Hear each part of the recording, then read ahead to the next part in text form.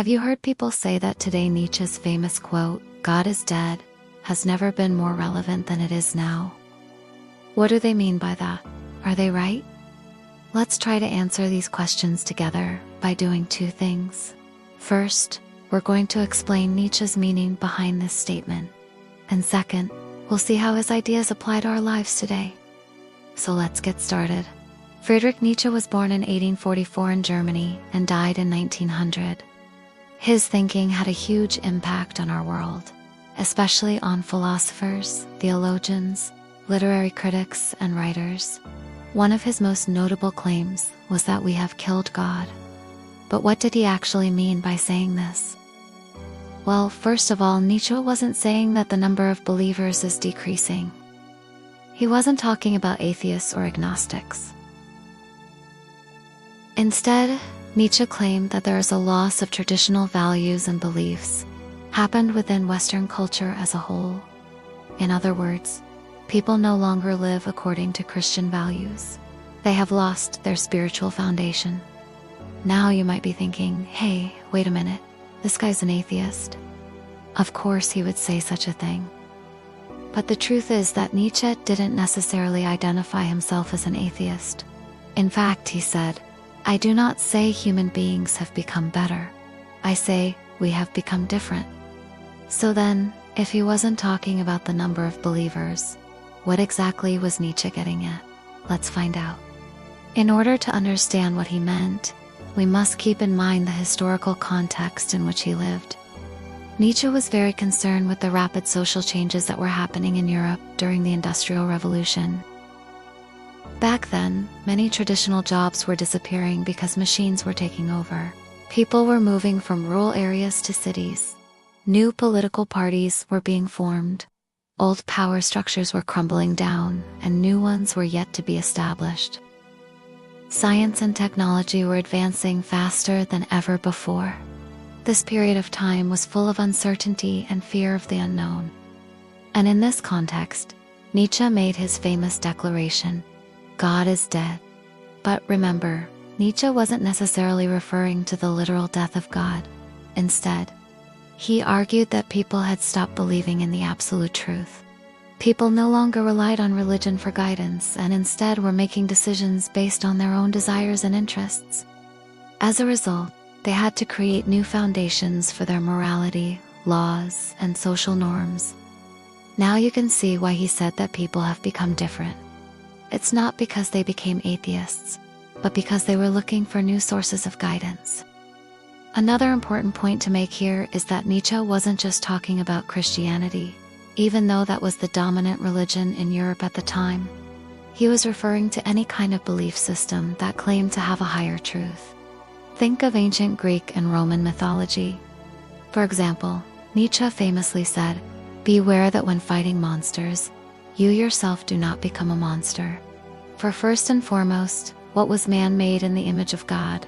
Man has become the opposite of God, the Antichrist. So, what Nietzsche was worried about was that people would replace one form of fanaticism with another. Instead of relying on Christian values like charity, love, and forgiveness, they might start worshiping something else. For example, science became a sort of religion for many people. If we look around us, we can see that many people worship tech. How many people we know check their phones hundreds of times a day? How many decisions are being made based on likes and followers? How many relationships are being formed and maintained through social media? It seems like people are putting their faith in technology and treating it almost like a divine being. Nietzsche could have never imagined how central computers and smartphones would become in our daily lives. But his warning still stands.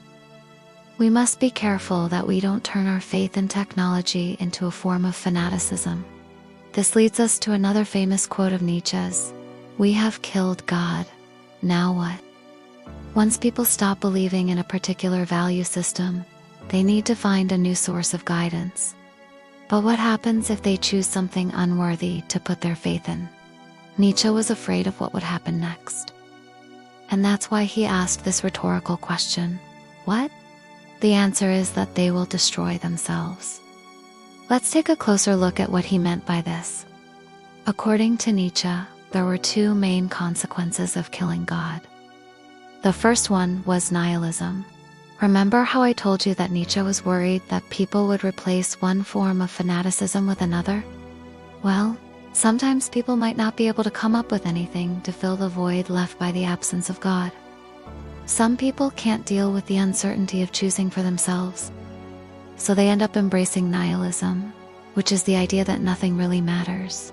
The second consequence was the temptation to embrace evil. By giving up on traditional values, people also gave up on things like kindness, compassion, and empathy. This leaves them vulnerable to the temptation to embrace evil, because now they can do whatever they want without feeling guilty about it.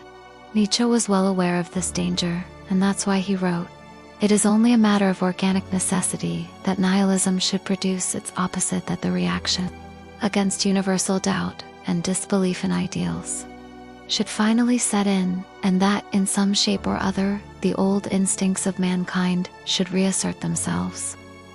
For this instinctive movement is really identical with the instinct of self-preservation. So as you can see, Nietzsche's idea of killing God isn't just a simple statement about atheism. Instead, it's a deep reflection on the consequences of losing our spiritual foundation.